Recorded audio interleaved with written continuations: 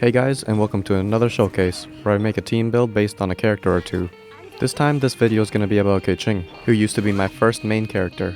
I like to pair her a lot with Beidou, because they make up for each other's weaknesses. Keqing has attack speed and mobility, while Beidou has a tankiness and hard hits with the claymore. So here's a showcase of my gameplay, and later on I'll explain my strategies. So without further ado, enjoy!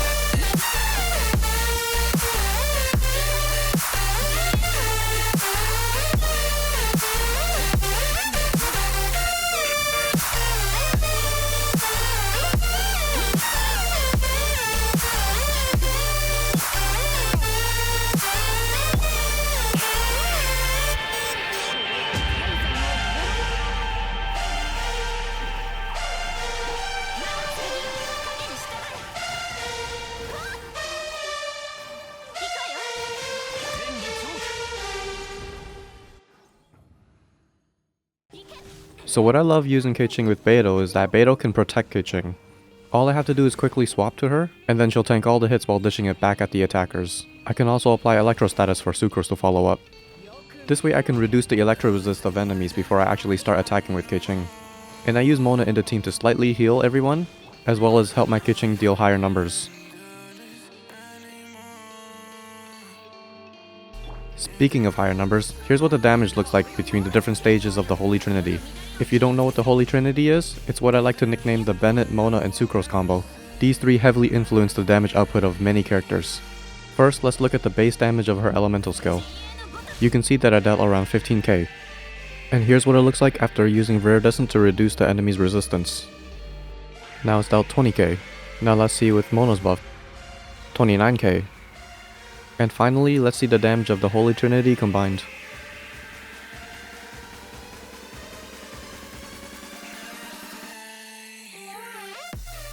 As you can see with all three of the characters' buffs, I've almost tripled my base damage. This Holy Trinity combo is perfect when you want to apply a melt or vaporize reaction, because Sucrose also increases the elemental mastery of your party members. So usually when you see those 500k or 1 million damage numbers, they usually utilize some of this Holy Trinity. Some things to note when using her elemental skill to teleport upwards. If you try to teleport too close to a wall, the maximum angle restricts you from teleporting to your maximum height. You can fix this by simply giving yourself some distance. This way, because of the angle restrictions, now you can teleport to a higher part of the cliff. If you're unable to give yourself some distance, you can aim to the side rather than towards the cliff. It gives you more breathing room to aim your stiletto. There's so many different ways to use the stiletto during combat. You can place it at one enemy and attack another, and in the middle of it you can teleport back. You can also use it in the air then plunge attack. If you also aim it low enough, you can hit everyone that's short and you'll still be able to plunge.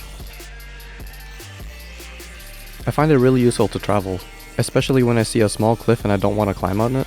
It helps me move quickly and get some height. Another great thing is when you're trying to chase an animal and it's starting to outrun you, you can quickly catch up by teleporting to it.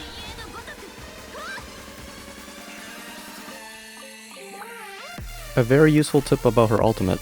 During any character's ultimate, you get God mode, and with Keqing's ultimate, you can actually extend the time for when you don't take damage. If you don't move during his animation, you don't take any damage at all. You're able to move during the ultimate, and if you do, you lose that extra few seconds of God mode. So during your ultimate, if you're taking a lot of damage, I recommend staying still until you stop being bombarded with attacks. Alright, so let's look at my stats.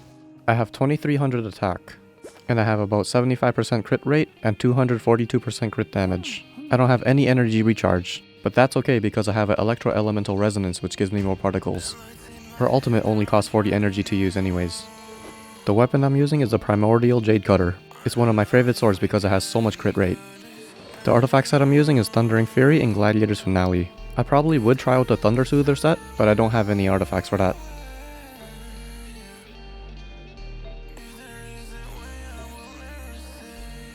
If you're lacking in crit rate, I recommend going to a crit rate headpiece. So of course, build your artifacts based on what you're missing. This is an all-around electro build, and I don't really play physical on her because I want to take full use of her electro kit.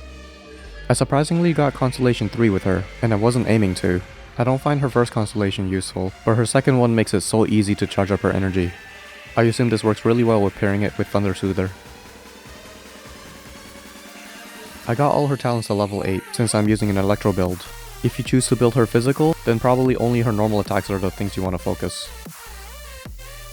In this showcase I don't really have anything built for Beto, but I really love pairing her with the Sacrificial Greatsword.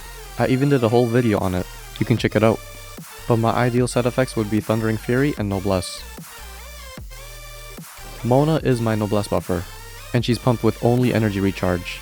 This is because I want her to ult as often as possible. And the more she can ult, the more she can heal her teammates with this prototype weapon. This weapon can heal a lot better if it was ranked up more. And if you were curious about her energy recharge, it's 243%. She also helps in creating electrocharge reactions, so there's a lot of damage numbers showing up on your screen whenever you attack.